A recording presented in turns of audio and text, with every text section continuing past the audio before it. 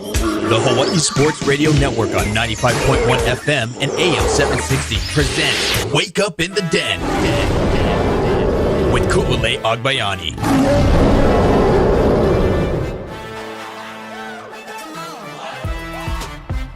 Good morning, beautiful people. It's Wake Up in the Den alongside Paul Brechtheim, Ku'ule Agbayani. Welcome to the show on this Aloha Monday on the Hawaii Sports Radio Network, 95.1 FM, AM 760, hawaiisportsradio.com, and of course streaming live on our YouTube channel right now as we do every single Monday. So welcome and mahalo for all of you guys for tuning in. Whatever platform you're on, you can always listen or watch on demand at hawaiisportsradio.com or wherever you get your podcasts. Of course, recapping the weekend, so naturally we've got a packed show for you. A lot of football to go over. We'll get into UH football and Portland State recap in just a little bit. Also let you hear from head coach Timmy Chang and what he had to say in the postgame following that win for Hawaii. Not exactly the type of win I know a lot of people were hoping for, but a win is a win, and that's the main thing that matters. But we'll get into that in just a little bit. We'll also talk some UH women's volleyball as those ladies are on their winning streak, 4-game winning streak, as they head off to their first road trip of the season, and that it will prove to be kind of a difficult one. So we will see how the Rainbow Wahine fare on their road trip. But we will go back and talk a little bit about their matches against Portland as they were able to close it out and let you guys hear from libero Victoria Leyva. We'll talk more college football.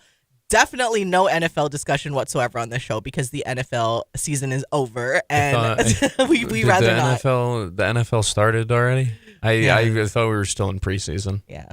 Okay. Anyway, yeah. No NFL talk today. No NFL whatsoever because, I mean, there's like no interesting games or anything that happened in the NFL, so NFL season is done.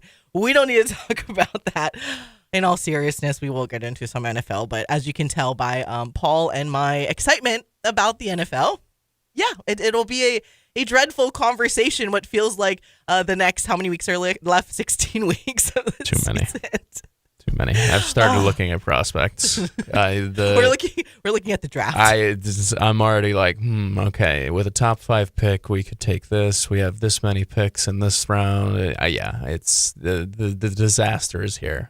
I needed it last week. I needed to talk you off a cliff. Now this week I needed you to talk me off a cliff. But then I saw your score and I was like, oh, it seems that even still I'm going to be the one talking off a cliff. So anyway. So let's before we get into talking about losses for our respective teams in the NFL, let's talk about wins first. Let's start off on a high note, although I know we got to get a little critical about this because I know it was one of those games that people were expecting a bit more offense. Of course, with UH football at homecoming game beating Portland State 23-20, which was also the homecoming for former quarterback and Punahou alum John Keawe Sangapolu-Tele. So it was nice to kind of see him post-game, mingling with all of his former teammates and friends. And also head coach Timmy Chang gave him the lei that he was wearing, the Miley lei that Coach Chang was wearing, gave it to John Keawe after the game. So that was kind of a nice touch to everything. A lot of the family was there. Shout out to all of the fans that were there. It looked like a pretty good turnout. Wasn't sure what to expect. I know that a lot of people were out at the Fiji tribute concert. I did, yes, have a nice little post-game party in my living room, watching the rest of the YouTube and going back and watching it again for that Fiji tribute concert. So that was cool. Shout out to the city and county for what seemed like a great event. I didn't see anything at least reported on the news. Even on my social media feeds where you kind of see it, didn't seem like anything went horribly wrong. So shout out to everyone for and the crowds for being good and everyone were safe. And I hope they all had a good night because you know what? The guys on stage had a good night because you could tell. You could tell they were partying in the back. And I'm talking about like Maoli and like when they came out on stage, you're like, and someone put it best on social media where they were like, oh, when the uncles like start to karaoke. So it was just like good vibes after, Hawaii wins. Got to watch the concert on YouTube, so it was good vibes only. again. But going back to the game itself, 23-20 win for the Rainbow Warriors. But I think probably the most shocking part as we pull up the stats here, that Hawaii wasn't able to find the end zone in the second half. And then it was the penalties. We thought we had rid ourselves of these games, right? We kind of go back to last week against Sam Houston, and last year when Hawaii played Sam Houston at Sam Houston, and it was just one of those horrible, senseless penalties, too many penalties where you are just not giving yourself a chance.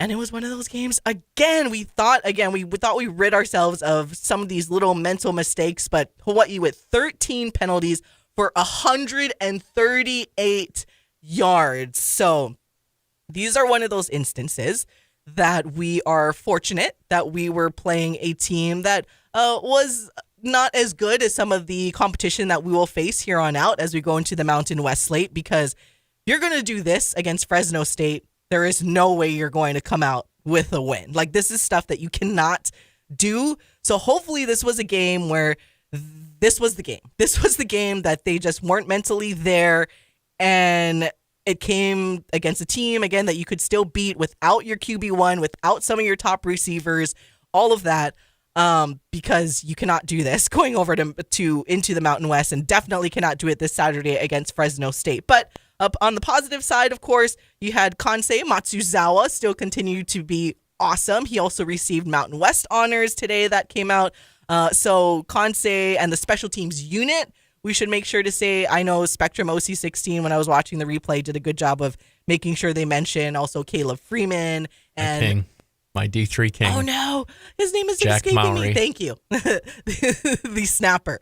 So those guys are essentially a huge contributors to why Kansei is also successful. So perfect so far, and it pains me to say that just because, you know, the sports superstition in me, the announcer jinx, I'm like, okay. So, okay. I'm glad you bring that up because, one, yes, congratulations to Kansei and his entire special teams unit there, because they continue to be awesome through the non-conference slate. Honestly, the most impeccable group, you know, the group you can't really poke holes at quite yet, just because all the guys are doing their job, right? And this is a weird game in a lot of ways, and I thought you laid it up pretty well, where you're always happy to get the win. Like, that is the first thing, always, truly. It doesn't matter anything unless you get the win. It's strange because it doesn't feel like they played to their best potential at all. Exactly. But also, like, I do sit here and I try and give, not excuses, but I do try and recognize things for what they are. Like, this is a game, to be fair, without two of your top targets in Jackson Harris and Nick Senecal. I mean, that's not even mentioning the fact that you're going with QB2 in Luke Weaver, and still you're week 2 without Micah Alejado. So, like, there are a few things in there that you can mention. Ethan Spencer misses his first game of the season, so a backup center is in there. Anytime you change the chemistry on the offensive line, there's always questions. So, like, if you want to make excuses, you can make excuses, or you can at least point at things and be like, okay, this is perhaps why it wasn't exactly what a lot of people thought it could be. That being said, the penalties, like you said, are the unacceptable portion of it. 13 penalties in general. Some of them were even declined at points, over 130 yards worth of penalties. And I feel bad. I said this to a couple of the media guys. I feel bad for Brandon White. He had not one but 2 touchdowns taken off the board because of penalties. One of them, I do think he scored in direct result because of a holding penalty. So that one, fine, whatever. But he finally had a connection on one of those deep shots. It feels like we've been waiting on all year, that it's either been, you know, just out of his reach, or he hasn't been able to come down with it, or it hasn't hit him in stride, or whatever.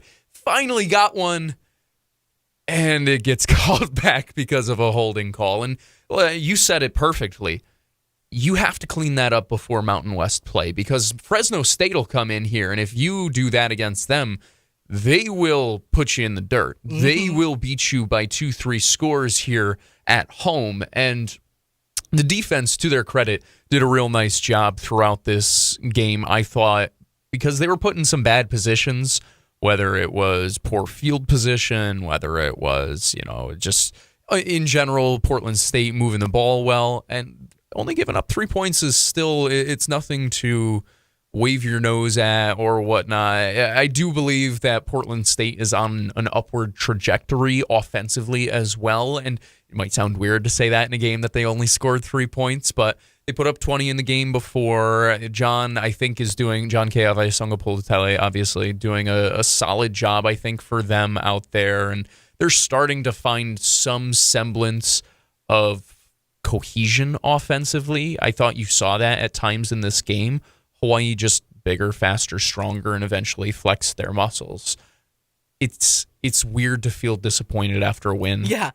But that's kind of how I feel, you know? And you're not the only one. I know a lot of the, I guess you can say, like the comments on social media and just seeing and talking to some people, I think everyone kind of shares in the somewhat disappointment, which again, it feels weird because a win is 100% a win. We're halfway to a bowl Brian game. Kelly at LSU. Let's talk about the win. They played to win the game. Well, I don't know if Hawaii played to win the game because those penalties, you cannot win games when you have that many penalties. But they did win, and I do want to make sure we harp and highlight on or talk about a lot of the highlights. You were mentioning the defense. We definitely got to keep singing their praises on defense. Held Portland State without that touchdown, first time since 2019.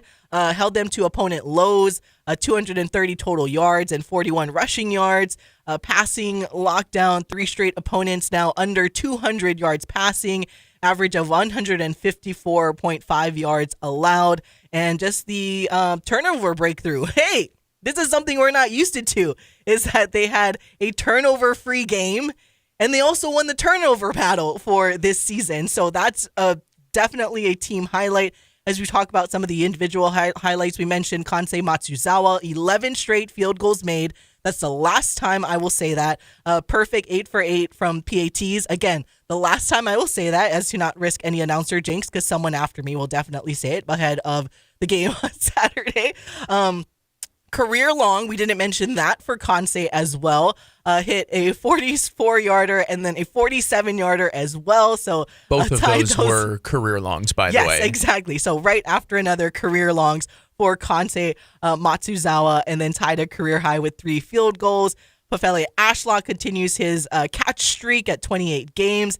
And finally, we got Cam Barfield there in the end zone. I know Paul going into in the preseason, going into this season, Paul was very, very high on running back Cam Barfield and scoring not 1, but 2 tutties in this game. I remember texting our group chat and I was like, Paul, you're a guy, when he found the end zone. I was like, it finally happened. And it included UH's longest offensive score of the season with the 31-yard catch. So again, a lot of highs to take away from this for sure. As long as we can clean up certain situations when it comes to, again, just the penalties, and it'll be a different game this week. We will see what the status is once again with Micah Alihado. Again, though, thanks to Cam Barfield for headbutting our quarterback after one of those touchdowns. He's fine. Everybody's He's tweaking tough. out about that. He's like 20 years old. He's fine, okay? All of these guys have been hit in the face with a helmet before, okay? They've played football for a decade plus. This is such a ridiculous reaction on social media. Funny. Some people were having fun with it. Are people like serious? Some people were like, oh, they're serious. Oh, okay. Dude, that's the people who are like up in arms. I'm like, relax. I promise you it is okay. All right, we got to take a break, but when we come back, we'll let you guys hear from what head coach Timmy Chang had to say in the postgame following that win over Portland State, next on the Hawaii Sports Radio Network.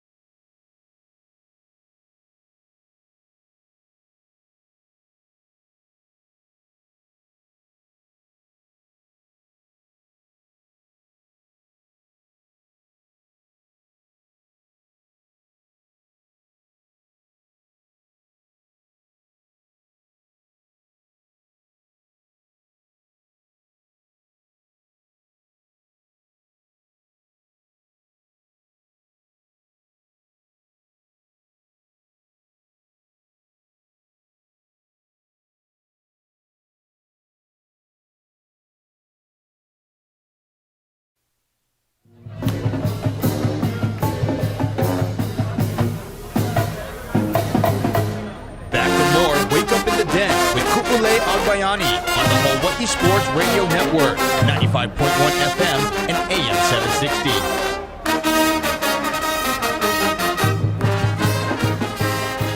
Welcome back to Wake Up in the Den. Ku'ulei Agbayani and Paul Brecht on the Hawai'i Sports Radio Network, 95.1 FM, AM 760, and hawaiisportsradio.com. Gonna recapping wins. Again, not a pretty win, but a win is a win to take you to now the Mountain West Conference slate as they get ready to play Fresno State this Saturday. But we still wanted to go back and let you guys listen, for everyone that hasn't watched it yet, the post-game comments from head coach Timmy Chang and what he had to say following that 23-3 win over Portland State on homecoming. Yeah, I think we had a lot of miscues, a lot of things that we didn't do well. Penalties, I think we had 13 when it was said and done, and so there's a lot of miscues on our part. Sometimes when when one it's a thing here, a thing there. Those things start to add up when we don't do everything collectively as all 11 guys trying to do it. So, it happens sometimes, and we got to clean that up. When Davis came in, was Luke dinged up, or was it just a case of you just wanted to have a different look on offense? Yeah, it was just giving Mar a chance to go in there. He's been kind of he's been growing within our system, and giving him a run and having him get some game reps inside there. He brings a different dynamic. As you can see, he's big, he's athletic, and he's a good quarterback that we have in our room. And so I just wanted to make sure that he had some reps and saw the field and got some game experience. In a game like this, Coach, what are you most proud of from your team tonight? It's winning, right? It's all about winning. And so, I'm proud of how they continue to find a way. Right, this is a Stanford game, a Sam Houston game, now a Portland State game, and they go into conference. We go into conference 3-1. I'm proud of these guys. And it's all our goals that we have in front of us. And so, for us as we go back, and we're going to talk right here in the same place on Monday. It's how do we continue to grow? How do we continue to get better? Coach, how satisfying was it to see Cam Barfield find the end zone for the first time? Yeah, it was good. It was really good. Not only once, he found it twice. And so we gave a game ball to Cam and just kind of, Cam is a really good player. We can keep feeding him the ball, whether they're in runs, whether it's in our pass game. Cam is special. And so, he's a dynamic player that we have to find a way to get the ball. First game where the defense doesn't give up a touchdown, held to 3 points. Talk about the defensive unit. Yeah, I thought defense played well. I thought in the first quarter, they're finding their way, a couple first downs here and there. But other than that, I thought it was really good. Got put in some situations where they were at midfield, because we were backed up, and they responded. They responded with stops. They had a great goal line stop. Again, I think they stopped them 3 times on 4th down, and those guys continue to fly around. The guy that I really liked was Elijah Palmer. I love the way Elijah Palmer played, as he played aggressive on the screens. He's a downhill tackler, but also he has the athletic ability to cover in space, and so. I was really proud of that. And then our defensive line, our front seven, continues to play good. They're stout in the run, and then they do a good job getting after the quarterback. You're listening to the UH Football post-game press conference with head coach Timmy Chang following their Saturday night game against Portland State.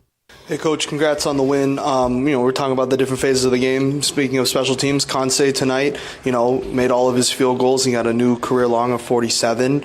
Talk about his performance tonight and just kind of the performance he's had so far this season. Obviously, the talk of the town. And a part two to that, the back of his jersey, getting his last name there in kanji.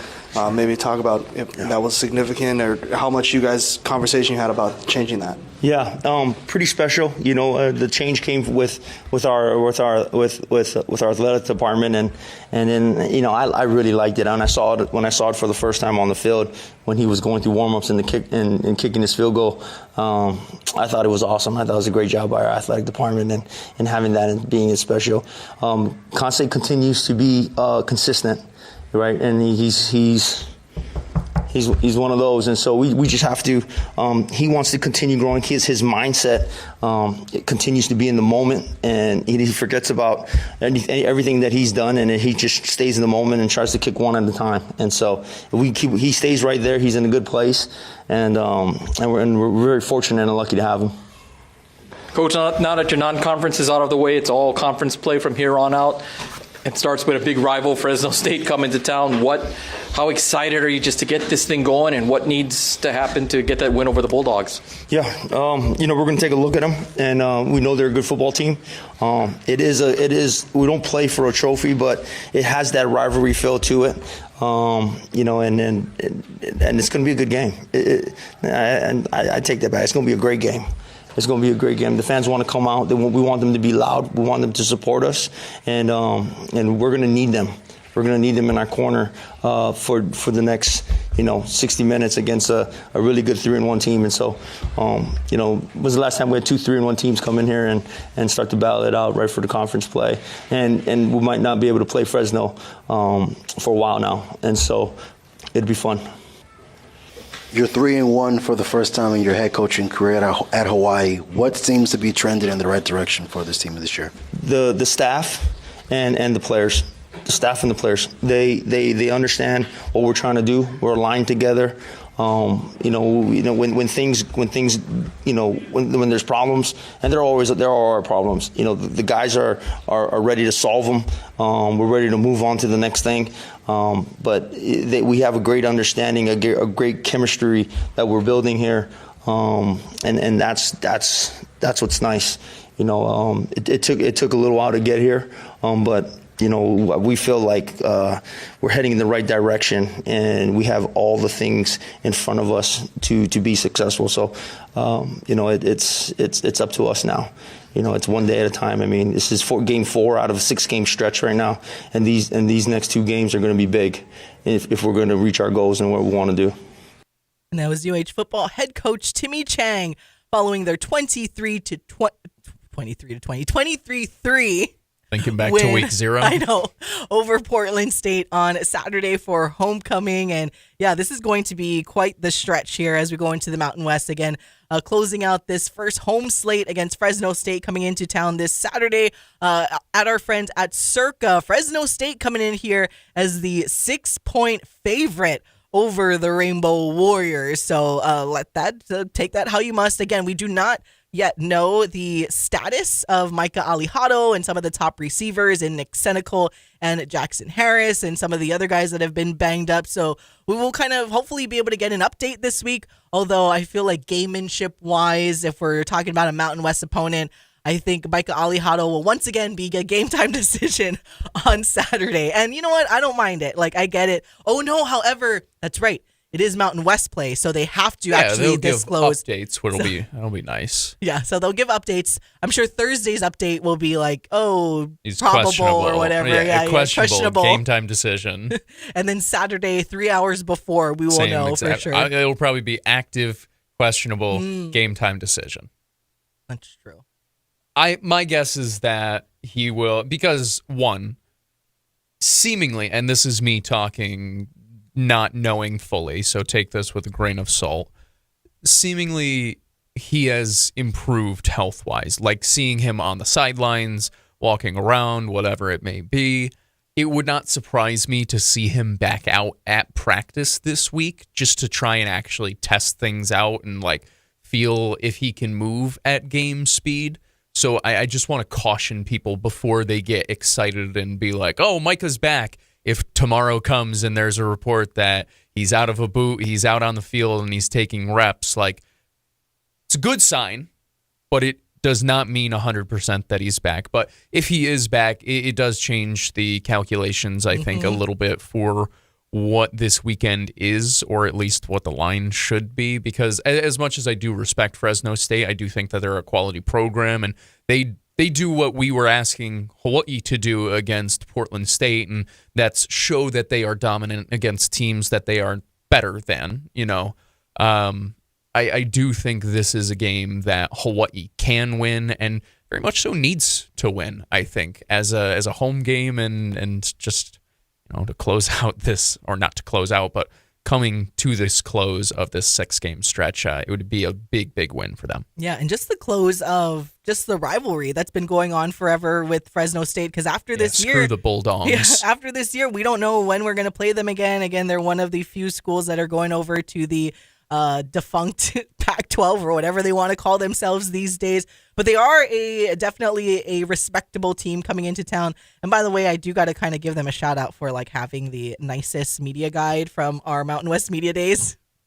They have the whole wondering what that was. Binding of everything, and looks good. Everyone else just has the stapled paper. So I'm like, all right, Fresno State, you got it. But new head coach who was most recently before taking the head coaching job for Fresno State at USC, more of a defensive-minded coach. And just real quick, we'll get into more extensive previews, obviously, of the Bulldogs as the week goes along. But just real quick, they are 3-1 right now, with their lone loss coming at the first game of the season when they lost 31-7 against Kansas.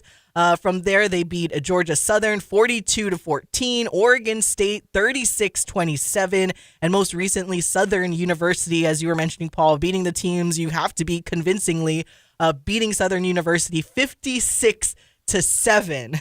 So they kind of have a lot of that confidence rolling with them as they come over here and play the Rainbow Warriors. But as Coach Timmy said, and we will continue to talk about, we need all of you guys out there this Saturday to come out and be loud. Be loud on third down. Again, we need to keep reminding everyone, when the other team is on their third down, you're supposed to get really, really, really loud. I know they got rid of the coo chant and whatnot, but just the whole point and premise of that is that you get loud when the opponent is on third down. So you guys got to come out and be loud. They were starting to do a little bit better. I will give a little bit credit both to fans and to UH, where they're starting to figure out something to do on third down. And I do challenge UH to do something a little more consistently. They had the siren, which is good. I like the siren on third down. And then they were trying some sort of music on third down, but they would change the song each time. You need it to be consistent every single time, and that way fans know that, all right, this is the time to do, all right, scream our head off or whatever it is. So, yes, fans got to scream on third down. They started to do that, or they're starting to do that again. Also, shout out to the fans, by the way. I know it was homecoming, but I'll point out the student section was there. And they were there for the majority of the night as well. That was cool to see on a Saturday evening during homecoming, when you know that there sometimes are more inviting things to do, perhaps while you're a college-age kid. So for them to want to be there and for them to show up and stay for pretty much the entire game of what I will now say was a boring game. I'll give a shout out to them, and that's really cool to see. And it's only going to get more exciting, so I hope they continue to come on out. I wish I had the picture in here, because now that you bring up the student section, I want to give a shout out to that girl in the crowd that I don't know if it was Michael or Raiden.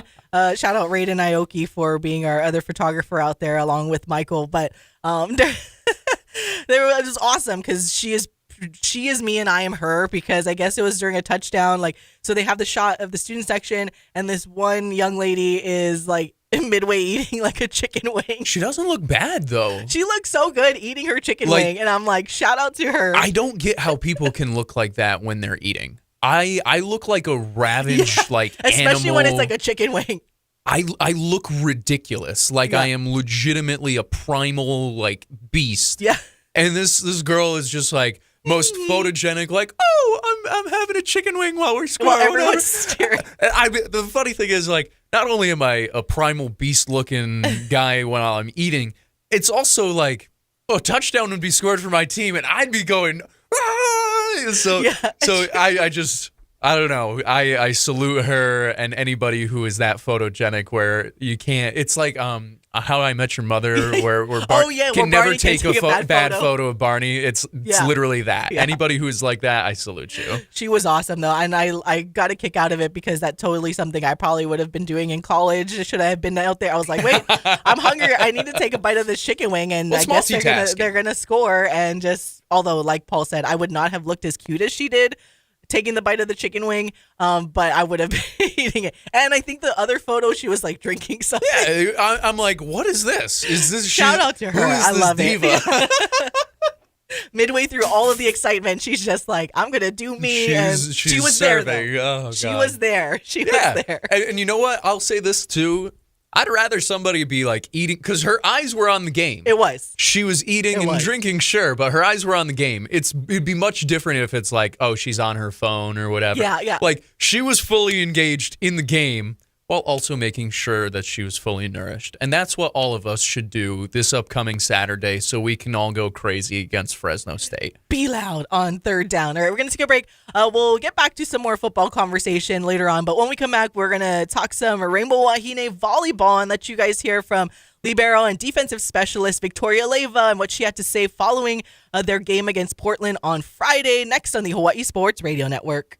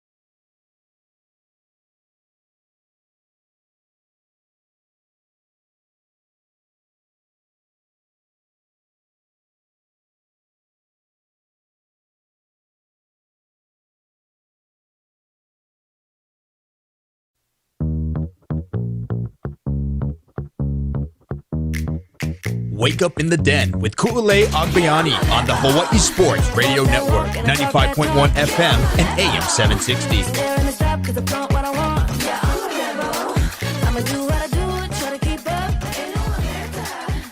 Welcome back to all of you, the beautifulest of all the beautiful people. It's Wake Up in the Den. Alongside Paul Brecht, I'm Ku'ulei Agbayani, and you're listening on the Hawaii Sports Radio Network, 95.1 FM, AM 760, hawaiisportsradio.com, and streaming live on our YouTube channel. So thank you guys for tuning in this and every weekday morning from 8 to 10 or every single Monday on our YouTube channel. All right, want to get into some Rainbow Wahine volleyball just real quick because they got a pair of wins and continue their winning streak now as they are 4-4 on the season, but are on that 4-game winning streak after beating Portland a couple of times before. Now they're going to head out on a pretty challenging road trip now. The Stanford tournament is coming up for them later this week where they will play Stanford, UCLA, and Texas State. All of them with having really good women's volleyball programs. But want to go back to their game against Portland. Again, they had 1 in 5. The 5 set of sisters able to come out on top on Thursday. And then on Friday, a bit more of a easier win in the sense, especially in that reverse sweep mode, a 3-1 over the Pilots. That first set, Portland took 25-18, but after that, it was the Rainbow Wahine close set, 29-27, and then 3 and 4 were 25-19 and 25-18. So able to kind of start to figure things out again once you start limiting those mistakes. Hey, it's amazing what their pure talent can when do they and what they spot have. the other team 52 points. Exactly. When they don't just give away free points to the other team, as we've been talking about. They're 52 so athletic. errors. That's two, and obviously I'm talking about the first of the two matches. Yeah. That's 2 full sets worth of points when you break it down. That is absurd. I'm very thankful that they won both of these games. I'll give a shout out to Twitter. I think his name's Dekalohe1 or something like that. Yeah. Who was kind of, I don't want to say busting my chops, but following the first set, it did not look great on Friday night, and they weren't necessarily wrong of staring 3 and 8 down the barrel because, like you mentioned, they have a really, really challenging upcoming schedule. It's the first time that they go on the road this season, so it was critical that they started to figure things out over these past 4 games, especially where you can have bad starts. Those happen at times. But you have to start to dig yourself out of the hole. And it seems like they have started to do that. And like we said, there's going to be growing pains at times. They're going to be frustrating at times. The first match against Portland obviously was frustrating. But similar to kind of what we just said about the football team, wins are wins are wins. And you can't trade those away. You can't trade the experience in them. And when you are going into these matches later in the season, whether it be this upcoming tournament or once you actually do get into conference season, it will be important that they have experience, especially a team that is, I'll say, youthful and experienced coming together. There are obviously some older and upperclassmen players on the unit, but it takes some time to come together. It's going to be really important that they had those reps once they go into the later stages of this season when they are going to play matches against teams who will take advantage of them when they're not at their best, and they're going to have to learn ways to win ugly. So I'm glad that they at least, positive Paul cap on, I'm glad that they at least were able to do that. Yeah, because again, similar to what we were talking about with the football team, with this women's volleyball team, I mean, by now you guys should see the talent that we've been talking about since kind of those trial times in the beginning of the season, that they have the tools. It's just you can't commit that many errors when you're going to go play on this tournament, because that team will take advantage of you. All of these teams that they have coming up, right? Yep. So at least, like you were mentioning, they got some positive momentum, able to have this 4-game winning streak, at least start to really believe in themselves. And that's kind of what Victoria Leyva said following that Friday night match against Portland. So she had a chance to talk to some of the media here following that game. And here's just a little clip from that. And she starts by answering basically what a lot of people were wondering, really, like, what's the biggest difference between this team now as opposed to the team that we saw early on in the beginning of this season? We're smarter, a lot smarter. We're a lot calmer. We're more disciplined. We've been putting in the work in each and every practice. I mean, Coach Rob has never taken it easy on us a day in our lives, and that's something that we came to Hawaii for. She knows what we can do. She pulls it out of us, and I think, like, for especially hitters, have been making smarter decisions on their hitting choices. Our setters have been doing a much better job and all that stuff. Passing slowly picking up. We know that there's aspects of our games that we can improve on, but defense is a lot calmer. We're going for more balls and all that. I mean, the littles, we practically played a whole game today without Kahea, without Leilani, without JC. Would have been an entirely different game. Yeah, so what has to continue in order for you guys to keep us winning ways? Yeah, we're really focusing on just trying to go out there and really just trying to keep pushing point after point. I think since we are a younger team, the emotional game is a little bit more tasking to us. I mean, one block, one ace on us can take us down. And we're trying to really focus on the emotional aspect of that game going forward and trying to learn how to handle our emotions in a positive aspect so that it's just kind of like flushing it and moving forward into each point. What do you feel is the difference between, last night's game to this game tonight? We told ourselves that we want to take care of business. We want to take care of business quickly. I mean, we know yesterday we made so many mistakes in each and every set that a lot of the sets could have been closed out faster. It could have been done quicker. So today that's what we really focused on, was just trying to close it out quicker, trying to flush those mistakes each and every time. You mentioned playing with the littles, right? There's some service rotations where you not only are Kahea back there, but JC as well. You were once in their shoes as a true freshman Diaz, and it almost seems like you're almost like a back row captain, kind of talking about that, just transferring your experience to them and kind of guiding them back there. Yeah, Taylor was that for me. I mean, Taylor always talked to me. She guided me every single time through the court game, what I have to do and all that. So now as the libero, holding that position out there, I mean, to me, it's like trying to manage my back row and my littles. I mean, they help me so much. They're making digs out there that are amazing, and I mean, just for me, it's just kind of being that leader for them, kind of just helping them out in their game. That way they feel more calmer but more confident out there on the court, so giving them that confidence. And that was Rainbow Wahine volleyball libero / defensive specialist Victoria Leyva following their win against Portland on Friday. And like she said, it's just they're getting smarter and eventually. Take it away, Paul. I gotcha. No, and that's kind of what I was getting at before we heard the clip of Victoria, where this is a team who is progressively learning about itself and learning about each other throughout the non-conference schedule throughout the season. They've played a pretty solid schedule so far. I know some preseason rankings did not exactly have Portland up towards the top, and I understand that there have been some other losses that are somewhat ugly, but I will also say that there have been times where they've competed against very strong programs. Utah Valley, a very strong program, and San Diego, I do understand that loss was ugly. That's a program that is projected to win the WCC, and Utah State, another quality program. Marquette received votes. I've gone through this before, but overall, like, this was a purposefully challenging start to the year and challenging in different ways, whether it's good teams who play different styles, or also teams who are just going to force you to bring your A game mentally every single match. All of those reps are going to be incredibly important for them as they go forward. I will say this. I just kind of hope that they can take one of these next three, because these are three strong programs that they're about to face in Stanford, UCLA, and Texas State. And we've also seen, I mean, this isn't a Rainbow Wahine thing alone. Every Hawaii team, once they travel, you start to question. You're like, okay, can they take their talent on the road with them? This is the first chance for them to show that they are just as good, if not better. Maybe, maybe they show that they're this killer team on the continent. That'd be nice too, wouldn't it be? Yeah, and depends on they travel too, right? Like, we got a lot of young faces that are there. Like Victoria mentioned, some of the littles, like they're all freshmen in Kahea and JC.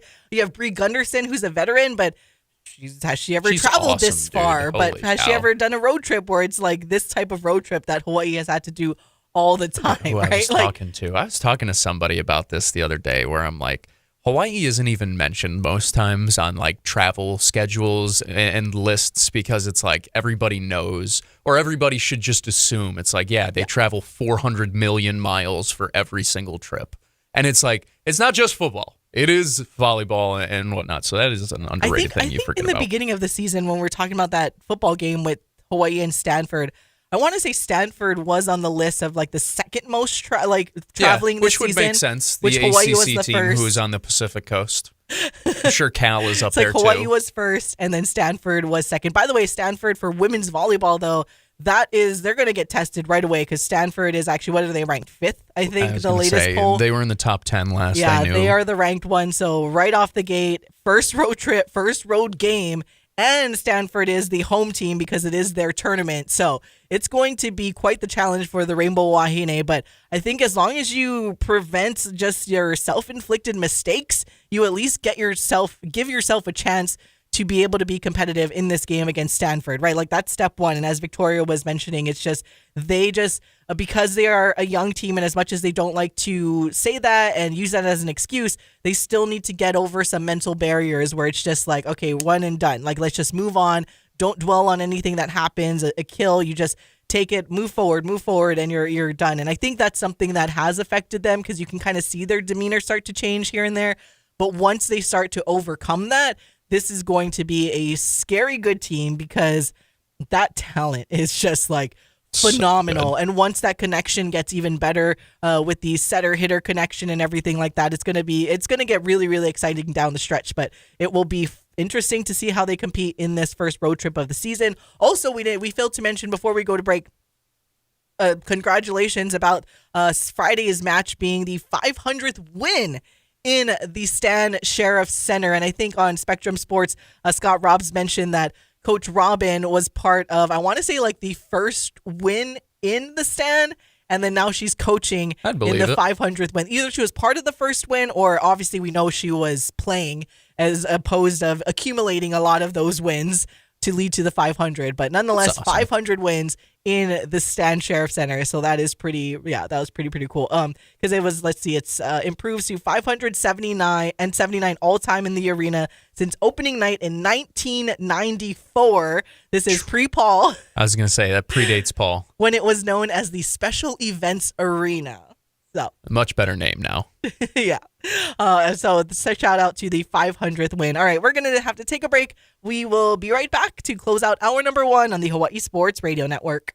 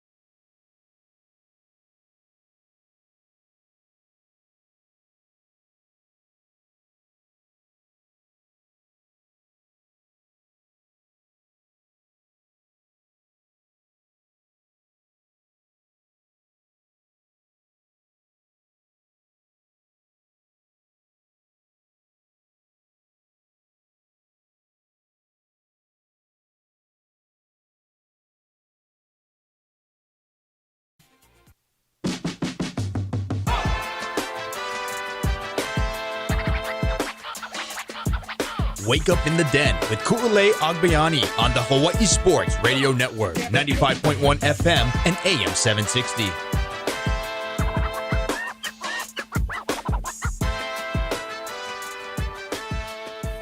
Welcome back to Wake Up in the Den. Ku'ulei Agbayani and Paul Brecht on the Hawaii Sports Radio Network, 95.1 FM, AM 760, hawaiisportsradio.com, and streaming live on our YouTube channel. Shout out to everyone chiming in on the live chat. I know we've got a lot of NFL chatter going in with that. We'll get to that first thing in hour number 2. We'll get into some sucks. NFL. Unfortunately, I know we got to rip the Band-Aid off for Paul and I, but stupid at sport. least lucky for all of you, we will spend very little time talking about the Bears and Jets games, and we'll talk about a lot of the other games that are happening. Any other game that is going on. We got a comment about the Chargers. I'm more than happy to talk about how excited I am about the Chargers this season. I've been a Herbie fan for ever since he went in. I was like, this kid is special. Can talk about that. Anything other than our games, preferably. But then, sticking with college football, though, a couple of firings already. I know we were talking about if the Dolphins were to lose to the Patriots, then maybe Mike McDaniel could be gone. He's apparently still there, but we had some firings in college football, and probably the most interesting one. Well, I guess they're both interesting, but UCLA, and I bring up UCLA because we got a couple of texts about that. UCLA are already parting ways from Deshaun Foster, spending all that money, I guess, on their quarterback situation, and it's apparently not working out. So we got a text about that saying, can that Nico UCLA quarterback transfer and play for his third team this year? Technically, yes. So that was something that came out On Three that reminded us about it. I think it was On Three, or it was Pete Thamel, or it was one of them, that was basically saying because of the transfer rules, the transfer portal technically has opened for those players. 30 days. So they have 30 days to transfer without consequence. And other thing that was pointed out, where if they had already played, technically they can go to a new school and play one more game, but still be able to preserve that red shirt. So it is a very interesting situation and opportunity for the players here, and especially with like UCLA. And we had our other texter, which is kind of funny. Our texter saying, with the portal opening for UCLA, do you guys think former Hawaii training camp legend Ty Marks will be jumping ship again? It's very possible. That was a good one. I mean, it's very, very possible. I don't know, man. I'm trying to find the tweet or the information. I guess the tweets, multiple. Because I am curious. I would assume most of them will hit the portal and then just redshirt the rest of the season and return next year. I feel bad in a sense for Deshaun Foster, because like he almost took over a Timmy Chang type of situation in terms of UCLA was not in a good place when Chip Kelly left it. Mm-hmm. He's a franchise. Jesus, Paul. He is a program legend for the Bruins, and he was trying his best. I just don't think he was ready for the job, and I think unfortunately at a P4 you don't get as much grace as perhaps other programs, and I don't think he did himself any favors. This year, he kind of restricted media access, which doesn't allow people to get to know you and the players. So when you struggle, they're just going to be like, well, screw this guy. He sucks, and he's a bad coach. And, people start to forget about who the person and the player is and the coach is and whatever it may be. And it's a shame. And then, obviously, he wasn't the only one to be axed this past weekend. So not only UCLA, but Virginia Tech. Which Virginia Tech is interesting because, to remind everybody, that one of our former standout players went to Virginia Tech in Sebo Brown. Yeah. So, Sebo, come home, like Timmy says. You know what? You just can come back. You can always find your way back home. What is it, Hannah Montana that sings that? I mean, hey, I know our passing defense has been pretty locked down. We were talking about that in the beginning of the hour. Better. Can always use more. The season is still early. Injuries happen. We don't want them to, but you never know. And with someone like the type of player at Sebo Brown was for the University of Hawaii. I'm just saying. So, transfer portal is open. This is the bat signal for Sebo Brown, or maybe some linemen. I mean, UCLA got some big boys. Virginia Tech got some big boys. Come on, guys. We need some of those guys in the trenches. Come to Hawaii. This is where you want to play and where you belong. Genuinely asking. Do you think if Ty Marks wanted to come back, he would even have a chance to? I think he legitimately burned that bridge. That Ty Marks situation is bad. Like Caleb, at least he did it the appropriate way. He did it the normal way. He transferred over the summer or spring. I don't even remember. That's something else. The regular way. By the way, and I know we got to go to break. Something else I'm excited to see. It's looking like we are trending more and more towards a single transfer portal period, and I think that would be good for the sport, personally. I hope so, too. But we'll see what... No, I do. But I'm just really interested to see how many players do take advantage of that rule with transferring, because I don't think I prefaced that. Because the coach got fired, they are allowed to transfer now. So that is why. And so it'll be interesting to see. The transfer portal is open today for the next 30 days to see if some of these players take advantage of that and essentially decimate the rest of what's left in the whole. Oh, that's the other. Dang it. I know we got to go to break. But one more thing about this whole UCLA thing, which is interesting because we all know UCLA, part of the reason why they initiated and went with USC to cause this entire conference realignment is for the money. But they are just losing money. So they are still paying Cal $10 million a year for realignment alimony. And Deshaun Foster, they're already in a $200 million athletics deficit over the last 6 years, UCLA is. no NIL pot of gold, No and they wonder still Matt got Elliott to wanted to be a Bo. pay Deshaun Foster, and it's going to be a tough one for UCLA, but it's okay because we're not them. For Cal. Anyways, we're going to take a break. We'll be back to talk some NFL on the Hawaii Sports Radio Network.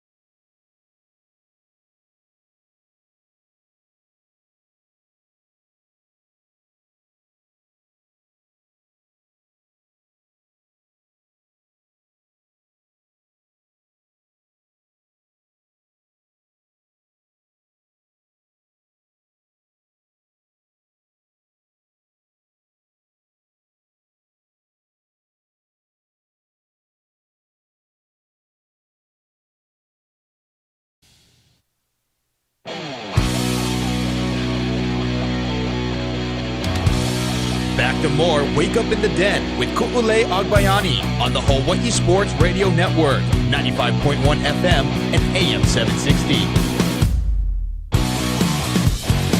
Welcome back to Wake Up in the Den, hour number 2. I'm Ku'ulei Agbayani alongside Paul Brecht on the Hawai'i Sports Radio Network, 95.1 FM, AM 760, hawaiisportsradio.com, and streaming live on our YouTube channel this and every single Monday. So if you missed anything, you can go back and watch it or listen on demand wherever you get most podcasts. We appreciate you guys for tuning in. You can chime in on the live chat or you can text us at 808-888-KGU1. That's 808-888-5481 if you want to get in on the conversation. And we know there has been a lot of chatter in the live chat about the NFL, and it has been a topic this morning that Paul and I Wasn't it so nice that our teams had a bye week so early? I know. I couldn't believe Such that an the Jets early and the bye Bears week. did My not God. play in week 2. And then they have another bye week or later on in the season, maybe even this upcoming week, depending on how they do. Yeah, you know what? But for the Chicago Bears, their bye week started in the second half of week 1. So, I mean, like, they've been resting so far this season. Yes, the Bears lose again, and it was ugly to the Detroit Lions, where I thought, and I was talking a little smack about, like, yeah, the Lions, we took their coordinators with the Jets and Bears and Ben Johnson, who I still think Ben Johnson is a good coach because I see the offense and, like, it does look better. I mean, they didn't have, like, any of the – it does look better, but it is still not good enough, and the Bears will obviously be the worst team in the division once again because they couldn't beat the Vikings. And then I thought, all right, well, maybe the Lions will be the worst team in the division. And then they got smacked around by the Detroit Lions, 52-21. So that was very painful. And then, as if you thought things could not get worse, the Vikings lose to the Falcons 22-6 in Sunday Night Football. So proving that, all right, the Vikings didn't deserve all the credit that we were giving them last week in my overreaction Tuesday. So, yeah, Chicago, thanks a lot. Ryan Poles, you are on the list because why did we waste the top 10 pick on a tight end that doesn't even play? And a lot of the draft picks... As somebody who has him in fantasy, amen. And when he was drafted, even I was like, why are we drafting a tight end? Well, we already have a tight end. He's also drafted over Tyler Warren, who is killing it for the Indianapolis Colts right now. So it's like, you want to talk about, by the way, somebody who had a bad beat. How about the Denver Broncos and the way that they lost yesterday? They are the only ones. Those fans are the ones. Them and the Giants. Those are the misery fans of the week. They're allowed to talk. It was disappointing. Nonetheless, I hope, and see, I can't even hope for the draft because at this point, I don't even trust Ryan Poles to do a good job drafting at this point. So I'm like, yeah, hopefully by then. Sorry, that was so mean. At this point, he got a contract extension too. God. So I wanted to have hopes, but anyways, moving on. So we will see what happens for the Bears. But as Paul was mentioning, and then Paul had a tough time, but it's not like. So I mean, in our quick picks, I did take the Bills. I thought the Bills were just going to be it's the Bills. So I'll say this: it's not the loss that is frustrating; it's the way that they lost because it just didn't feel all that competitive. Like it got to a point where it was like, okay, can we fast forward to the end? And to be fair, like early on, the Jets had an opportunity to get off the field on 3rd and 19. Michael Clemens roughing the passer penalty. He's a guy that fans have been begging to cut for 2.5 years now. Later on, they're down 10-0, and it just a ton of decisions that were like, man, what has really changed from last year to this year? And that's scary to say. So that's why yesterday was frustrating because it wasn't that I was expecting them to win. It was that I was expecting them not to get dog-walked at home. And they did. Like, it may have been 30-10. It was 30-3. They scored a garbage time touchdown. Justin Fields now in concussion protocol. You can go down the list. Not a good day for the New York Jets either. Bad time for us. But at least Michael's team won because they were my survivor pick. Oh my gosh, speaking of Survivor, Our household was stressing out because in Circa Survivor, the Cowboys were on the Survivor pick, and never have to pick them again. At least, yeah, exactly. Because now I don't even know what to say. So anyone that had Cowboys in any of your Survivors definitely were sweating that out. Cowboys able to beat the Giants in overtime. Brandon Aubrey, 64-yard field goal to tie the game in regulation, send it to overtime, and then nailed a 46-yard field goal to win it in overtime, following the Cowboys getting the ball back because Russell Wilson wanted to throw like the worst football that got easily intercepted by Dallas in overtime and then drove them down. But whoo! The Cowboys holding on by their chinny chin chin for what that game. happens in a tie? First Survivor, you lose. At least the circle rules is you lose. Okay. Ties lose, yeah. I wasn't sure because I mean in a technicality nobody won, so like I guess that's in the that, way they you lose, yeah. Like, and I think some rules are different, but in the circle one, it's ties lose. That makes sense. I mean, what a game! Like really, really fun football game back and forth as a watcher of football and not a Cowboys and or Giants fan.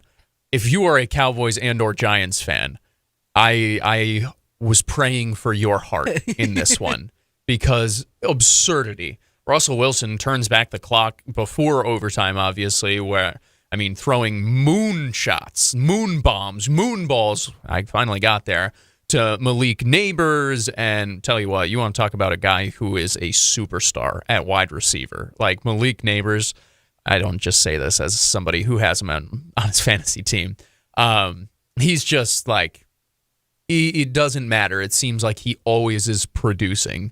So I am excited for the day that he does get an actual quarterback that he's able to have his connection with, where you see what happens with Joe Burrow and Jamar Chase and, you know, at the time with Kirk Cousins and Justin Jefferson, and the list goes on, where, you know, I'm excited for Malik Neighbors to get his Burrow, Mahomes, whatever it may be, somebody to really send him to another stratosphere. Otherwise, you know, Giants, they still, that poor tackle flagged 4 times on one drive, man. I feel bad at that point. It feels like he's getting picked on. Speaking of the Bengals, the news about Joe Burrow today now coming through, and you feel bad for the guy at this point. In case you missed it, comes out, I think it's turf toe that will require surgery. He's expected to miss about 3 months, so potentially could return for the playoffs if the Bengals make it. And it's they barely beat the Jags 31-27. Yeah. And it was a tough one. Yeah, Joe Burrow, like, after having like the breakout first couple of years, and I mean being he's the only great one when he's on the field. Yeah. He's just not on the field it's enough. so disappointing. And that's kind of like, you guys know I always chuckle that I'm like, yeah, the Bengals are like my second team I like to cheer for.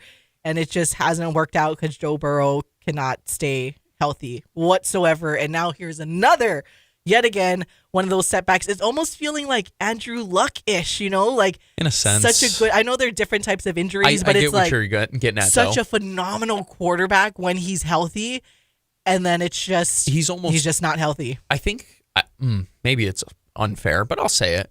Like, he's becoming one of those great what if cases as an athlete, and that's the worst thing that you can say. Like, not the worst thing, obviously, but you know, you sit here and it's disappointing because he is so great. He did get to the Super Bowl. He's shown, I mean, last year he had an MVP type of season. If the Bengals could stop literally anybody, if they could have stopped a nosebleed last year, they would have been able to get him an MVP award and perhaps go to a Super Bowl with how awesome the offense was at times. And I mean, he just is hurt again. And before he had the hand, the wrist thing he's had freak injuries. Like the calf thing. Some freak unlucky injuries, and it just becomes a what if of like, man, he's a great quarterback, but how great could he have been if he could have avoided some of these injuries? And I hate saying that about a guy because I really, really love watching Joe Burrow play, but it's what it's become, it feels like. Someone texting in, I wonder if Jerry has any regret for trading Parsons. I doubt it because of his huge ego. Would have been hilarious if the Giants won. Part of me was rooting for it. It could have gone either way in that game. Something else that happened on NFL Sunday. Shout out to Dillon Gabriel, Hawaii's Dillon Gabriel, who scored his first had his first NFL touchdown pass. He found a fellow rookie in Dylan Sampson for an 8-yard pass into the end zone. Now, yes, it did come in somewhat of garbage time. The Browns were down to the Ravens like 40-something to 10 at that point, but it's okay. Dillon Gabriel gets his first touchdown and gets another rookie to get his first touchdown. So that's the whole thing. Got into an actual game. He's a man of the people. Yes, passed it. And so shout out to Dillon Gabriel. From what high school again? I think Mililani, Millville. So that was nice to see where he, again, I get it. It was already a blowout, and was no shocker. I mean, the Baltimore Ravens were going to come out angry after dropping that close game to the Buffalo Bills in week 1. But Dillon Gabriel, if there's any good positive we can take out of that game, it is that Dillon Gabriel scored his first touchdown or had his first touchdown pass. Something else, going to the another interesting game that happened was that Colts Broncos game. God. That was another one. If you guys, it's one of those when we talk about if you're a fan of either team, like the stresses that you were going through in that way, and like emotional roller coaster. If you were a Broncos fan thinking that your team just won the game, and the Broncos for that matter, thinking that they just won the game. And if you guys missed it, it was down the stretch. Colts were, I forget how far it was at the time they were going for, but it would have been a miss, and the Broncos would have won. But then the Broncos were called for a leverage penalty, a penalty that we rarely ever seen called. So I know there was a lot of discourse on social media because they're like, all right, they understand that it is an actual penalty in the NFL, but if you're going to call it every single time. So it's basically like their defensive lineman for the Broncos, use the Colts center essentially to get leverage into blocking or attempting to block the kick. And that is a no-no in the NFL. So the Colts get 15 yards and they essentially get another untimed play, easier kick, quote unquote, easier quick kick to makes it, and then they win it 29-28 over the Broncos. So it's like, ouch. Daggers. So it's like one of those that's really frustrating because it's a stupid penalty to begin with, but it's one that you didn't need to do. Spencer Schrader has never made a field goal longer than 48 yards. He was lining up for his career high by 12 yards. He wasn't even close. He wasn't even close. So bad. You did not need to do that. And you gave him 15 yards to put it within his range. I mean, it was the most Jetsian thing you could do. I'm not kidding. It was so bad. I felt bad for Broncos fans because I'm like, I sent you guys the text where I was like, oh no, Colts, tentatively, because I had seen the flag. And then I responded to it and I go, oh no, Broncos. Yeah. Even worse. A brutal loss. But tell you what, I will say, good for Daniel Jones and good for the Colts. Like, it's kind of cool to see. I think Shane Steichen's honestly a pretty good head coach. He just hasn't really had anything with Anthony Richardson. And I've been an Anthony Richardson guy. I've wanted him to work. He's got great tools and like potential and all of these things, but the NFL is not built on potential. It's part of the reason why Dillon Gabriel is up on the Browns depth chart is because is his potential as high as other players, perhaps a Shedeur Sanders or whatever? No, but his floor is higher. And tell you what he's able to do, what have you done for me lately? What can you do? Can you execute the offense? That's what he does out there. So in a lot of ways, that's what Daniel Jones is to Shane Steichen's offense now, and it shows that the Colts now 2-0 through 2 weeks, and I mean that's something to watch for in that division. I'm curious how the AFC South plays out because I thought the Jaguars played relatively well this weekend. They realistically should have won after the Bengals lost their starting quarterback, so I'm kind of surprised that they didn't win, but that's a conversation for another day. The Texans always good, and tell you what, man, I'll give the Titans credit. Cam Ward's he's a guy. I don't know if they got the coach. They definitely don't have the talent around him. But Cam Ward's a He's guy. good, yeah. So I'm excited for Titans fans for that aspect. But for my survivor pick, I'm glad the Rams won. Sorry, I'm chuckling here because speaking of the most Jetsian thing to do, someone texting in about the Steelers kick returner situation who didn't know the rules and essentially gave the Seahawks a free touchdown. So yeah. So bad. Let's talk about that for a second. One, yes, absolutely Jetsian. Two, this is why it was frustrating, right? After last week, because I sat there and I was like, man, maybe the Jets will be competitive this year.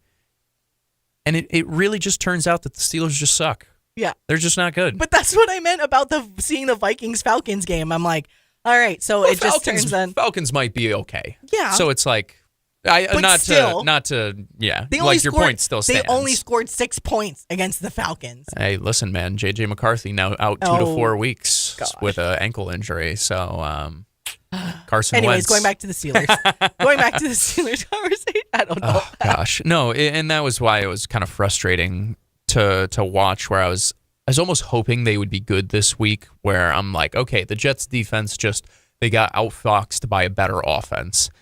And it did not look like that. And the Seahawks, to be fair, I think the Seahawks are better than a lot of people have given credit for. It was nice to see Sam Darnold be like, okay. But it just seemed a lot more like the Steelers are closer to a 8-win team than a 10-win team, which means the Jets might be closer to a 5-win team than a 7-win team. And that is unfortunate. You know? Oh, yeah. I know. It's all unfortunate. Which, by the way, I know we're way past the clock, but I do need to kind of go back, though.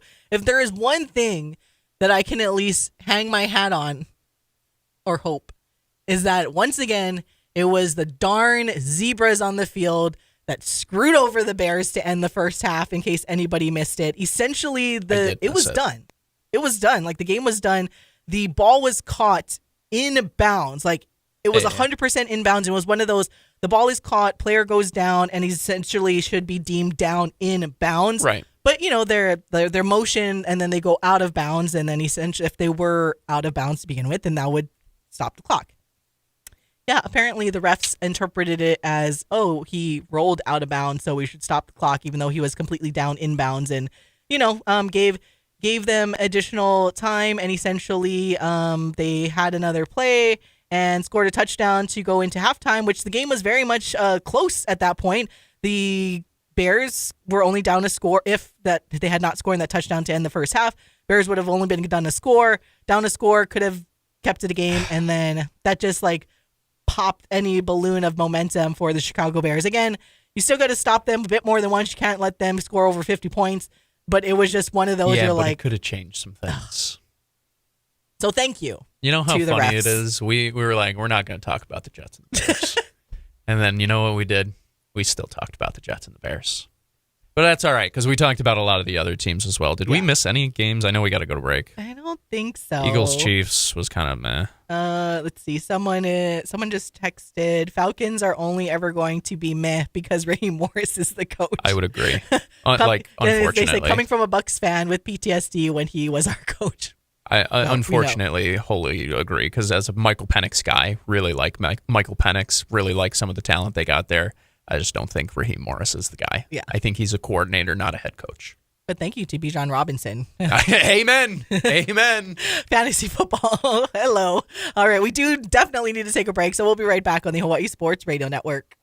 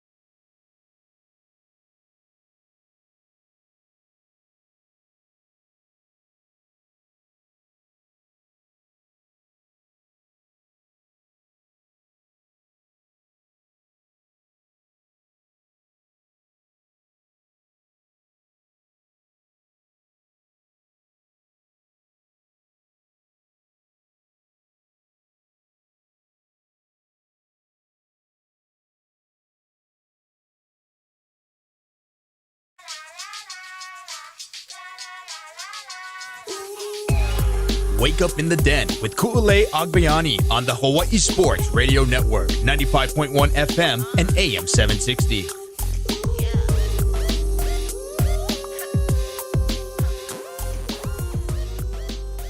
Welcome back to Wake Up in the Den. Ku'ulei Agbayani and Paul Brecht on the Hawai'i Sports Radio Network, 95.1 FM, AM 760, hawaiisportsradio.com, and streaming live on our YouTube channel this and every single Monday. Mahalo for tuning in and hanging out with us and chiming in on the live chat. I know we got a lot of NFL conversation, and yes, mentioning how Paul and mine's team have so many bye weeks. Yeah, I know. It's crazy. I hope they have more, unfortunately.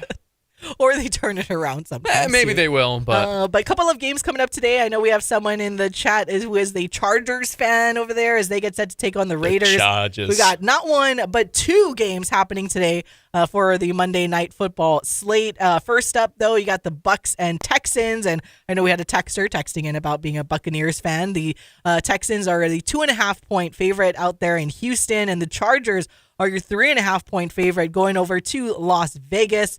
I'm trying to remember what I picked on this, Paul. I know I picked the Chargers to beat the Raiders. I have a lot of belief in this LA Chargers team. So, yes, and this was prior to our commenter in the YouTube chat, but I just believe in them, and Justin Herbert is a phenomenal quarterback. Like he is him. And I know I just go back to all of the memes that I see about ever since he started dating who he's dating. It's like how he just, although welcome, because he's been good for a long time. And like now I will admit though, I did not have a lot of faith in him coming out of Oregon. Like I didn't think he was going to fare this well in the NFL. But once I saw him and when he got in, I was like, oh, this guy's a stud. So I like what they're doing over there for the Chargers. I think the Raiders still need a little bit more time to figure things out. So I think the Chargers will come out on top convincingly over the Raiders. And I'm pretty sure that's what I said in our quick picks.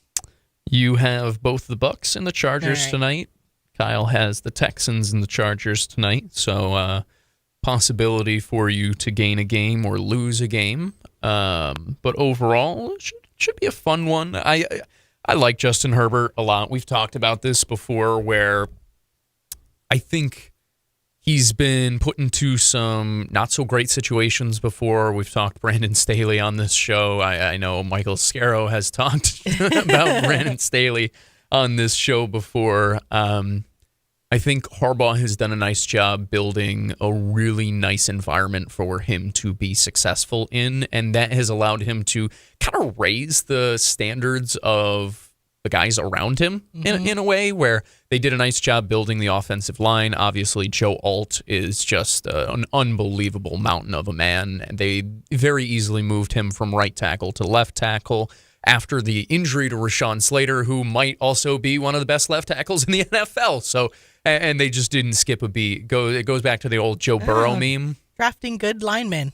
You don't say. Yeah, it goes back, like I said, it goes back to the old Joe Burrow meme where it's like Burrow, Penei Sewell, anybody, Burrow, anybody, Jamar Chase, and it's just Burrow on his back.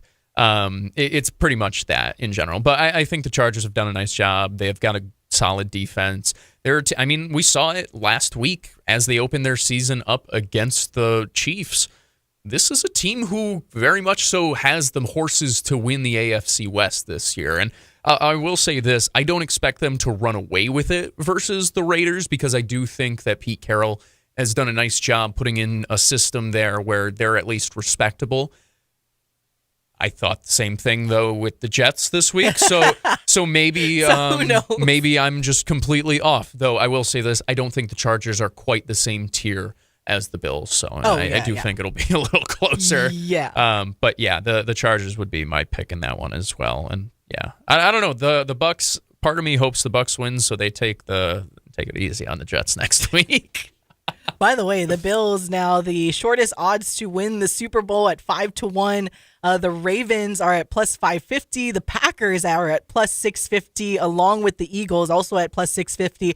And then you get your significant drop off. So the odds are already really changing there with the Lions and the Chiefs each at 14-1. The Chargers, though, right there at 18-1, and the Rams at 20-1. Of course, I'm sure I got to scroll all the way down to see where The Jets are at 500 to 1, and the Bears are Not a at sprinkle. 150 to 1. So, yeah, that sounds about right, but it is definitely not something that I will risk anything whatsoever on, because at this point it's just a sad day here for these Jets and Bears fans that are part of Hawaii Sports Radio Network. And again, at least Michael has his LA Rams team to look forward to. And I know we had a Caesar, also a Packers fan. I didn't even mention that. I know we talked about it a little bit on Friday because that was a Thursday night game, but even more so, the Packers being able to beat the Commanders convincingly, and then the Lions just putting the smackdown on the Bears, and then the Vikings only scoring 6 points against the Falcons, who are a solid team, but yes, they're not like the Bills or anything. And we suck again. Something to note, by the way, Jaden Daniels does have a knee sprain, so potentially we will see Marcus Mariota upcoming for the Commanders. It's not known if Daniels will be able to go this upcoming Sunday. Just to be aware of some things. Ooh. I know that would be of interest to a couple of good pointing that folks out. Here. Yeah. Maybe. Can you imagine? I mean, I don't want to wish for it, because I wouldn't want to wish Joe Flacco to get injured, but maybe he'll just have a bad snap and a bad practice, or bad first few passes, and Dylan Gabriel goes in. And what if we have that weekend where it's like Dylan, Tua, Marcus, like I hope they do that while I'm back in New York on my bye week. You guys have fun with that one. Like putting in some bets for our guys. Well, I would say if it's Marcus, then it would probably be before. If it's Jaden Daniels, like I would being assume, out a week or two. But that would be insane. Like Marcus, Tua, Dylan. Hopefully the Dolphins can figure out whatever is going on over there. Yeah, I don't know about that one, my friend. I don't know We'll either. see. There is a reason why I picked the Patriots to beat them. To be fair, they looked like a little bit better this week against the really bad Patriots team. And they still lost, but, they looked a little bit better. Anywho, all right, we're going to take a break. When we come back, we will get back into some UH football conversation and let you guys hear from Cam Barfield, who scored not one but 2 touchdowns on Saturday. So we'll be right back on the Hawaii Sports Radio Network.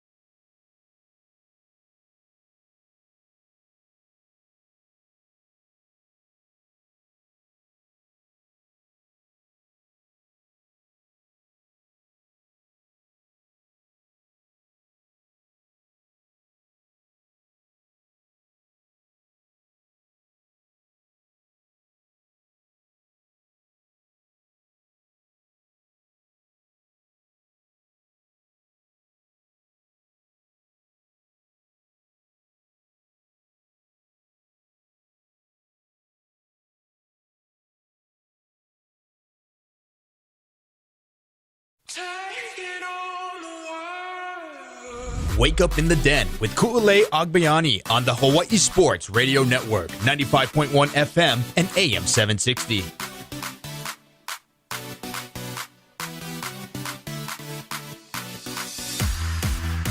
Welcome back to all of you, the beautifulest of all the beautiful people. It's Wake Up in the Den, Ku'ulei Agbayani and Paul Brecht on the Hawaii Sports Radio Network, 95.1 FM, AM 760. HawaiiSportsRadio.com, and streaming live on our YouTube channel. Thank you guys for tuning in, liking, and subscribing. Shout out to everybody. Oh, by the way, sorry, I just thought of that because I was thinking of subscribers. We hit 10K on Instagram, Paul. Hey! Look at that. We're hitting a bunch of milestones with the beautiful people lately. And we are almost at like 2K, I think, or not 2K, 1,100. Well, I noticed that on YouTube. You guys have been awesome about subscribing lately. We really appreciate that. We appreciate anybody who interacts with our content, of course, but yeah, no, it's been nice. Anytime we get more people to join in on the conversation, whether it's by following us on social media, whether it's subscribing here on YouTube, we always appreciate just the ability to interact and share ideas with all the other beautiful people out there, because we know there are a lot of beautiful people who are just as passionate as we are about a lot of the same things that we chat about here. Oh, man. So it's been a fun time again. Thank you to all of you guys so far that have been liking and subscribing and watching and listening to all of our stuff. And that is why you are the beautifulest of all the beautiful people. And be sure to share and tell your friends and all of that good stuff. But want to get back into some University of Hawaii football conversation. We did do kind of like our extensive takeaways and everything in the first hour. We also heard from what head coach Timmy Chang had to say in the post game. So if you missed any of that, you can listen or watch back on demand wherever you get your podcasts.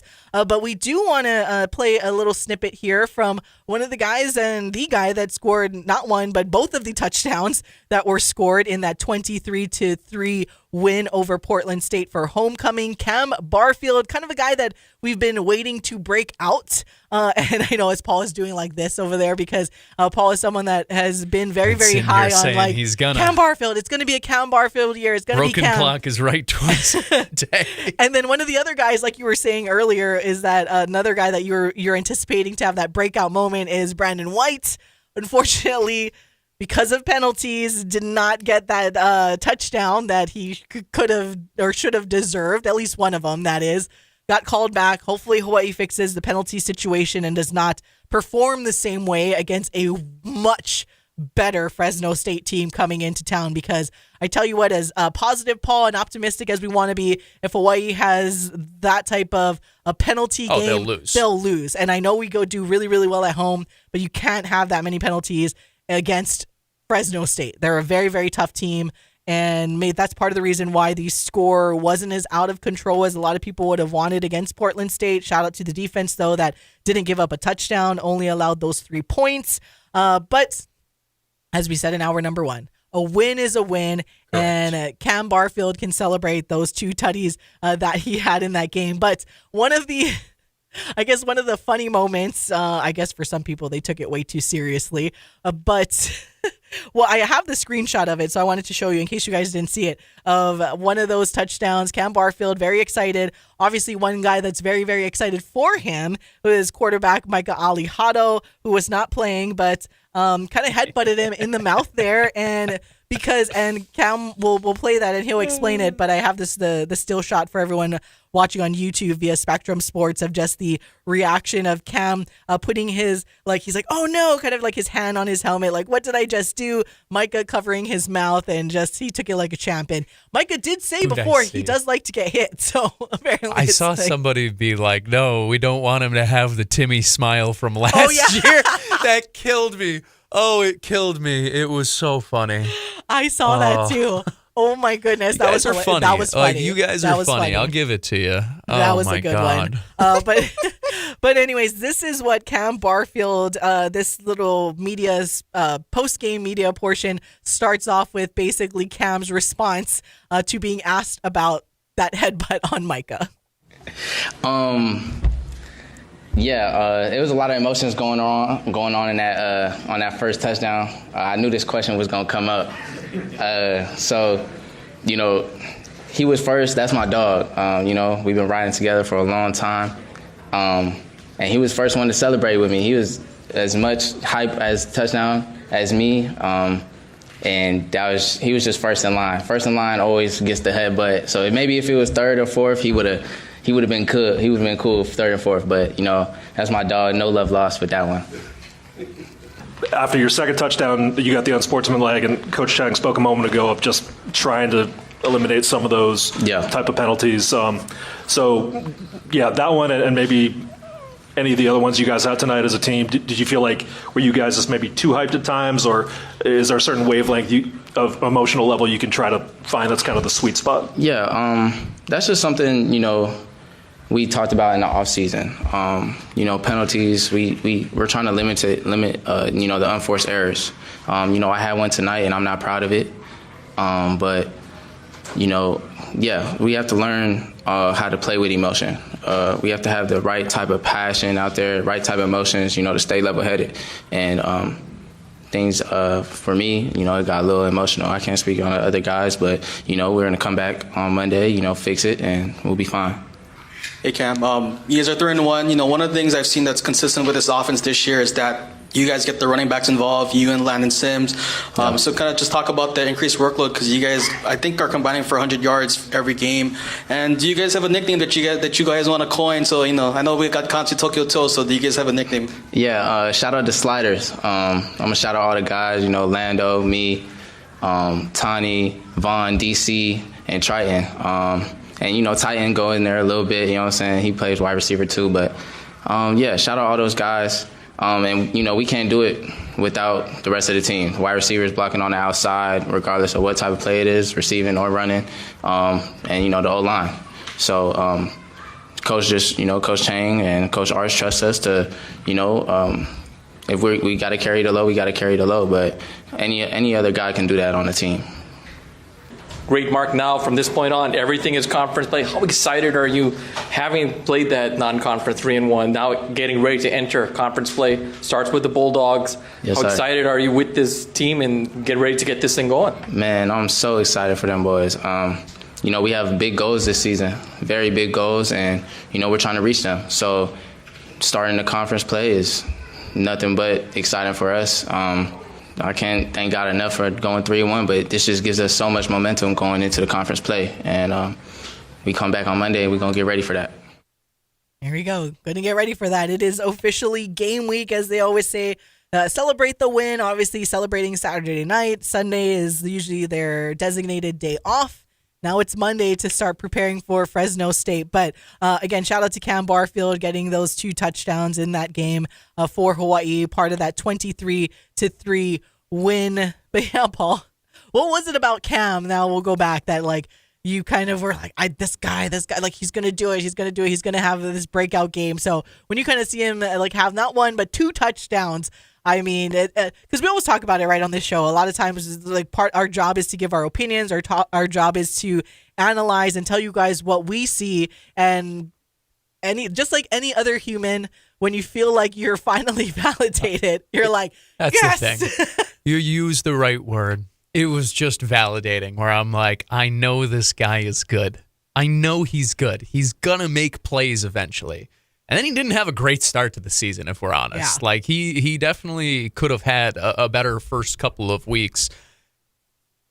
All things can be forgiven now. No, I knew that he was going to be good. He has always seemed just like a solid athlete. I leaned on the fact that he had chemistry with Micah Alejado previously, where he was going to come in. He was a prime change of scenery candidate. He was a pretty highly recruited athlete coming out of high school, where it's like, okay, maybe you just need a different voice. And it seems like that. And also, I mean, football more than any other sport, I truly believe you need time to marinate, and you also need reps to be good. Like, if you're just tossed out there, most people aren't true freshmen and just light the world on fire at the college football level, because some of these guys are grown men that you are playing against. It's hard. It takes time. It's a complicated sport. So I do try and give some grace when you don't have the reps. And now it finally seems, because that's, I mean, realistically to me, that's the issue from his first 2 years at Boston College, is he just didn't get the reps. He played in 10 games over the course of 2 years, and a lot of it was as a special teams guy. Last year was the first time he really had an opportunity to be even kind of part of a rotation, a rushing attack. And now we see what he can add in alongside a guy like Landon Sims. And he's a guy who has more eligibility as well. So I'm excited to see him keep growing. All right. And so again, Hawaii goes and prepares for Fresno State this week. A line opened up as the Bulldogs being favored by 6 coming here to Hawaii, odds via Circa Sports. So take that how you must. But again, Hawaii always plays to another level, especially here at home. Got to start off this Mountain West slate with a bang. But again, first things first, just got to limit those penalties. We will hopefully be able to find out the status of QB1 Micah Alihado, along with some of the top receivers in Nick Senecal and Jackson Harris. So we should find that out this week. And again, just a reminder that now, since it is the Mountain West, we will know for sure, at least if he is active. I'm not sure how the reporting comes out, but because of the new rule from the Mountain West is that they need to release the injury report 3 days before, the Thursday before game time. And then on game day, it's 3 hours before game time where you'll need to get the injury report on whether or not a player is active or not. So hoping it's fine. Again, we were joking about the headbutt by Cam Barfield on Micah Alihado. Everyone is fine, at least in terms of that sense. And we will, hopefully we will see the full squad this Saturday, because if we can have that offense that we saw in that beginning part of that Stanford game, whew, I think, and if that offense was the offense that was playing against Portland State, and again, I don't want to take anything away from the job that Luke Weaver has done and everyone else has done, but we've mentioned this before. There's a reason why Micah Alihado is QB1, right? And that is, he was tabbed as the guy. He's Timmy's guy. Luke has done phenomenal, and he's done a good job, and we know that it's reassuring, and it feels nice. 2-0. Yeah, it feels nice to know we have a solid backup if he needs to go in there. But man, when that offense was rocking and rolling, and the pace at which they were moving when Micah was healthy in that Stanford game, that's what I want to see. Feeling. That's what I want to see against Fresno State, especially, because should we get that? Should Micah be 100%? Because when Micah's 100%, not only can he hit those long throws, because again, it's his right foot that's injured, and so he can't get that plant that he needs to hit those Micah missiles. He's still very good at hitting the short passes because he can do enough with his upper body, but those long ones we don't see when his right foot's injured. And then not only that, I mean, that guy can scramble. He's like Kyler Murray-esque out there when he can use his feet to scramble away from trouble. Like, I was like, when that Stanford game, as much as you're like, oh no, like you're going to get tackled really hard, that kid can move, and he is shifty. So if we get 100% Micah Alihado, it's going to be a completely different offense that we see against Fresno State. And it's the offense, to be frank, the offense that we need in order to have this competitive game and for Hawaii to come out with this win on Saturday. I think there are a lot of people who think that this Hawaii team can be a sneaky contender in the Mountain West, the way that the talent has been accumulated here. But a lot of that is firing on all cylinders, and a lot of that is staying healthy through this season. I'll think back to almost last year what Colorado State was able to do and put together a really strong conference showing, partially because they didn't have Boise State on their schedule. Like, they were able to get away with things a little bit, right? They got the lesser side of the Mountain West schedule.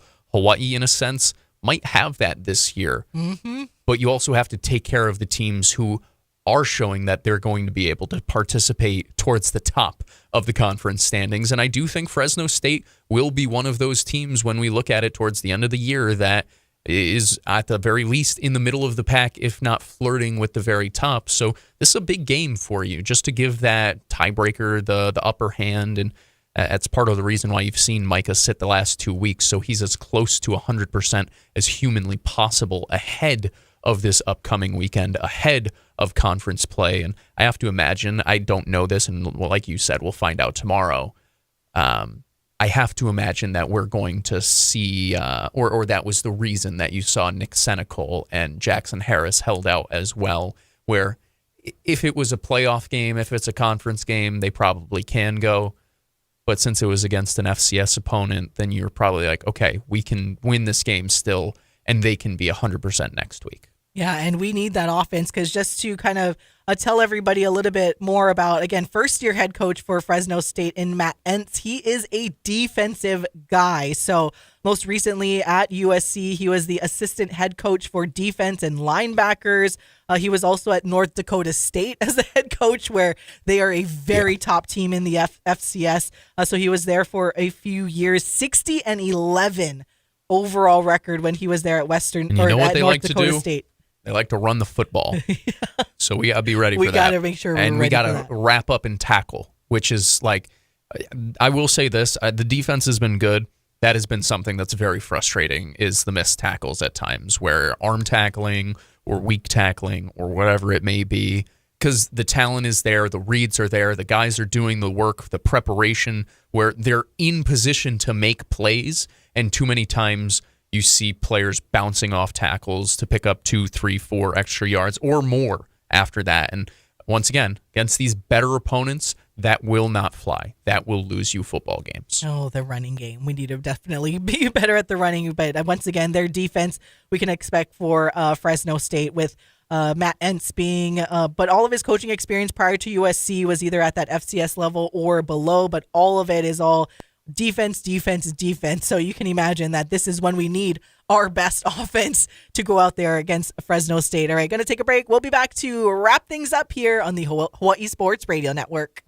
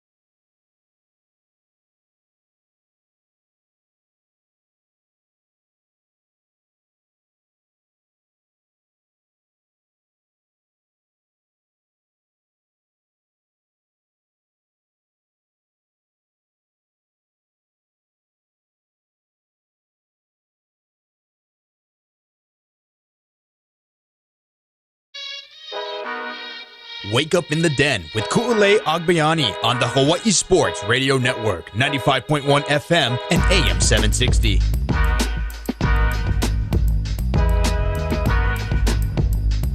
Ku'ulei Agbayani and Paul Breck closing it out here on the Hawaii Sports Radio Network and on our YouTube channel. We've been talking about some UH football, some NFL football, college football, and all parts in between. Thank you guys for tuning in this and every weekday morning from 8 to 10 and streaming on our YouTube channel every single Monday. I did want to mention before we kind of wrap up the UH football conversation, mainly on the recruiting front, because it kind of ties into the game that we covered on Friday for our OIA football coverage between Aiea and Kaiser. Aiea beating Kaiser 43-7. A shout out to our Fun Factory VIP of the game in Kaizale, Jesus Capesi, but at the same time, another standout, as always, is Hiki Kim Choi Keb Alo. Former VIP of the game. But the reason why I bring him up again to tie that into UH football is that we knew via our Michael Liscaro, and that was mentioned on the broadcast on Friday night, is that Hiki was going to be attending the UH game on Saturday, and he did. But he also posted on his Twitter that after a great conversation with Coach Timmy Chang, I'm blessed to receive my first D1 offer from the University of Hawaii at Manoa. So that is the do-it-all guy in Hiki Kim Choi Keb Alo out of IAEA. So I know you guys had mentioned on the broadcast about like, man, UH, I think it was Kyle that said, UH really got to look at this guy. And that's when Michael mentioned, oh, he was invited to the UH game, yada, yada, yada. So when it came across the timeline, I was like, hey, you heard it here first on the Hawaii Sports Radio Network. Shout out to, of course, UH football head coach Timmy Chang and the offer that went out to Hiki Kim Choi Keb Alo. I really like Hiki. Like, I just think he's a fun player. I think that, well, I'll say this. The reason I made a face when you were reading off his post, I'm more so surprised this is his first Division I offer. One, glad Hawaii is the first ones in there. Always like being the ones being like, we believed in you first. Yeah. Because I think other teams should be in on this kid. I think he's a dynamic athlete who can do different things, whether it's in the running game, whether it's in the passing attack, whether it's defensively. I mean, he had a touchdown in all three of those phases in our game this past weekend. He had a pick six, he had a receiving touchdown, and he had a rushing touchdown. He's fun. He's a good athlete. He's moldable. And I would be really, really excited to see him stay home and play for the home team. Even if it's not next year that he's able to contribute, it would be fun to see him in the future grow with this group and just what he could bring to the roster.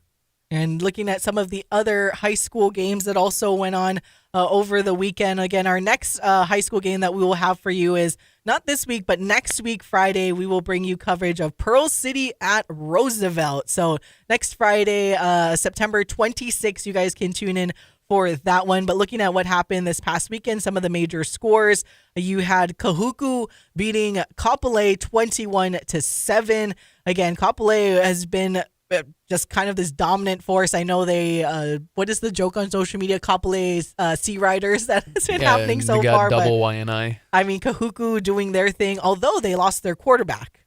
That was kind of the shocking news that Matai Fuiava, I have to go back and ask Michael, and I didn't put it in my notes. I think he did have an injury. Suffered then he an had to go injury back earlier this season, and I can't remember if he's getting he's going back so he can avoid surgery. This is so he can get, I believe, treatment Got it. on his leg and avoid long-term effects of an injury, which you and I have talked about this before. Anytime that you can take your health into your own hands and make sure that things are being taken care of when you are a young athlete especially, it is very, very important. So I'm glad he's getting the care that he needs. So Matai Fuiava, the former quarterback for Kahuku, again, no longer there as we wish him all the best in the speedy recovery, but Kahuku still able to beat Kapolei 21-7. Some of the other games out here, Waipahu putting up over 50, 56-25 over Moanalua.